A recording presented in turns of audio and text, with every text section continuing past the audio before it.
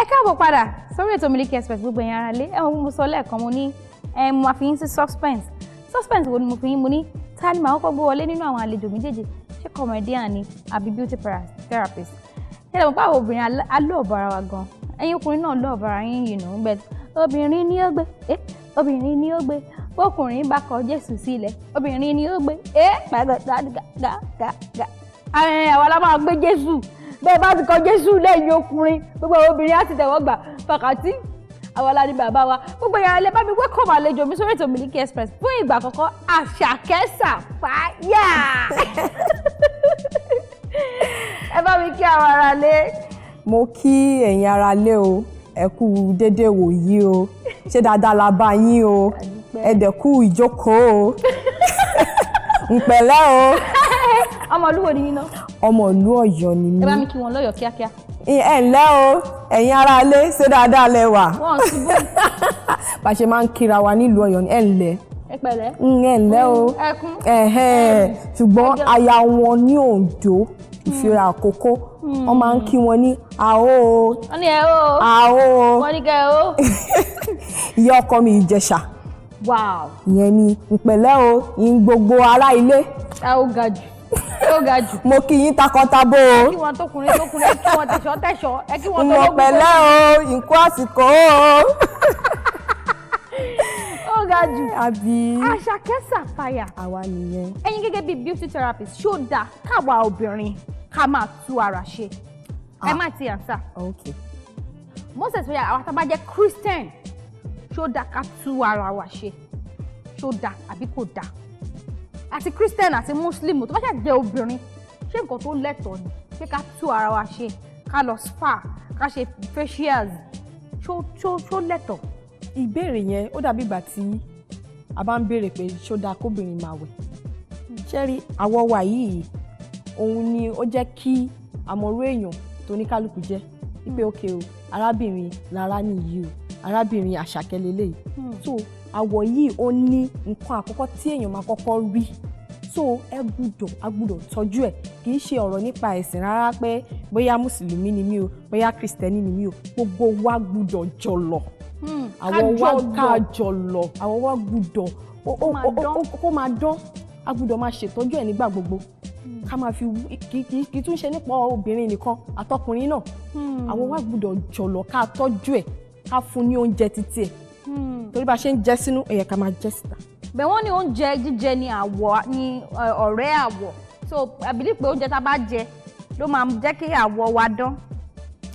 Tòótọ́ ni oúnjẹ jíjẹ ọ̀rẹ́ àwọ̀ náà ni but a jẹun sínú ni àwọn nǹkan míì wà tí ó máa ń affect ni mo bóyá fẹ́ sọ tó máa ń affect the outside part ìta outside layer of the skin.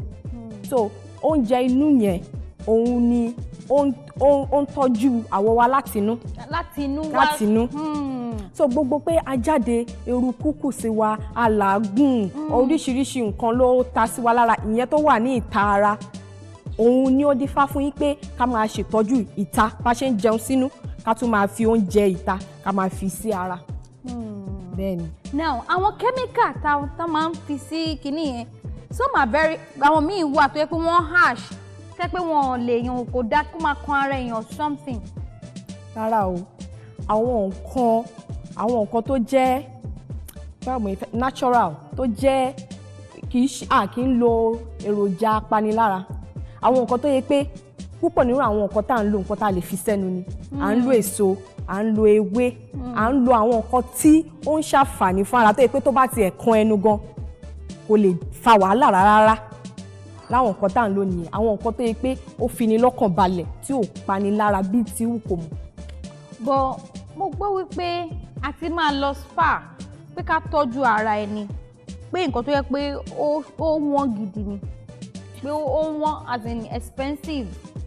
Rárá o wí wọ́n kẹ̀ kò wọ́n àwọn Yorùbá máa ń sọ pé tówó bá ṣe mọ òun lògùn á ṣe mọ ṣé bó ti mọ dẹ̀ lélẹ́yìí. Ẹlẹ́wà ṣàkóso. So tí agbára èèyàn bá ṣe ká òun lèèyàn la ṣe a ní ìpele nípele lónípele kì í ṣe pé bóyá gbogbo ìlànà ṣiṣẹ́ lágbára Ọlọ́run lágbára Ọlọ́run bí ìgbà téèyàn bá ń ṣe ọbẹ̀ ni ẹ mọ̀ pé tẹ́lómi àbá sọbẹ̀ báyìí á fi pọ̀nmọ́ bọ̀kọ̀tọ̀ inú ẹran ìta ẹran ẹgbá àwo ẹlòmíì á dẹ̀ ṣe kí ni á fi irú pẹ̀lú ẹja á fi sí. ẹ dẹ̀ dùn. ó jẹun náà nìyí so fi wá sí spa kì í ṣe pé bóyá jẹ́ máa rewó jọ o tàbí chicken money. ṣe gbé náà ni kò ní ra rárá èèyàn ní láti lọ rọ́ọ̀bù bank láti lọ sí spa. now nílé iṣẹ́ yín ṣé àwọn tí skin wọn ti bàjẹ́ tí ẹ̀yà ara wọn ti bàjẹ́ bóyá wọ́n ti lo ìpara tí ó yẹ kán lò sára tó dẹ̀ ti bà wọ́n láwọ̀ jẹ́ ṣé yìí máa ń correct ẹ̀. iṣẹ́ wa gangan nìyẹn àwa la túnra ṣe of the world. wow. àwa máa ń tún ara ṣe ni. kò dẹ̀ ní pààyàn lára rárá. rárá torí iṣẹ́ tiwa iṣẹ́ nǹkan tó mú mi wọnú iṣẹ́ yìí ni pé àwọ̀ tèmi gan ò rí báyìí tẹ́lẹ̀tẹ́lẹ̀. ìgbà tí mo wà ní kékeré tí mo wà ní secondary school mo lọ sí ilé boarding house so ẹ dẹ̀ mọ̀ pé irú nǹkan bẹ́ẹ̀ yẹn kò sí pé bóyá òbí lánìá lọ́wẹ́ o ṣe gbá o ṣàwo o so àwọn ìgbà míì wà tó yẹ pé